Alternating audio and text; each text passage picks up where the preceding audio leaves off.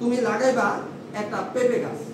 পেঁপে গাছ অনেকেই দেখবা সোজা করে লাগায়, লাগায় না, লাগে একটা খুঁটি দিয়ে দেয়, এটা ভুল।